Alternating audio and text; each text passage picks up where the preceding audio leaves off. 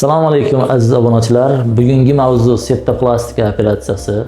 Bu operatsiyani qachon qilish kerak, unga ko'rsatmalar qanaqa? Bugun shu haqida gaplashamiz.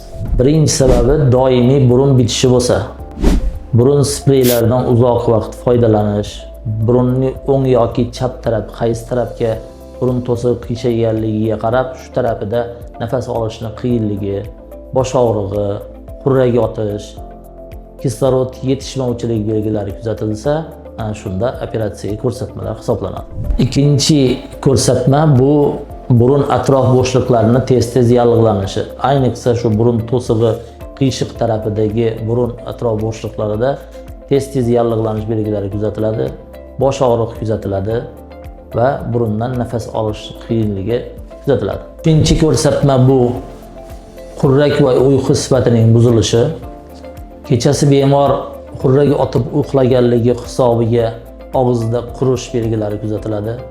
Uyquga to'ymaslik belgilari, ertalab uyg'onganda uyquga to'ymasdan uyg'onish, kislorod yetishmovchiligi belgilari kuzatiladi. To'rtinchi ko'rsatma bu burun to'sig'i qiyshiq tarafida shilliq qavat yupqalash hisobiga shu tarafda tez-tez burun qonash belgilari kuzatiladi. Yuqoridagi ko'rsatmalar kuzatilsa, unda septoplastika amaliyotini o'tkazish kerak bo'ladi. Agar sizda va siz yaqinlaringizda shunaqa muammolar bo'lsa, pastdagi raqamlarga qo'ng'iroq qilinglar. Biz sizga qo'ldan kelgancha yordam beramiz.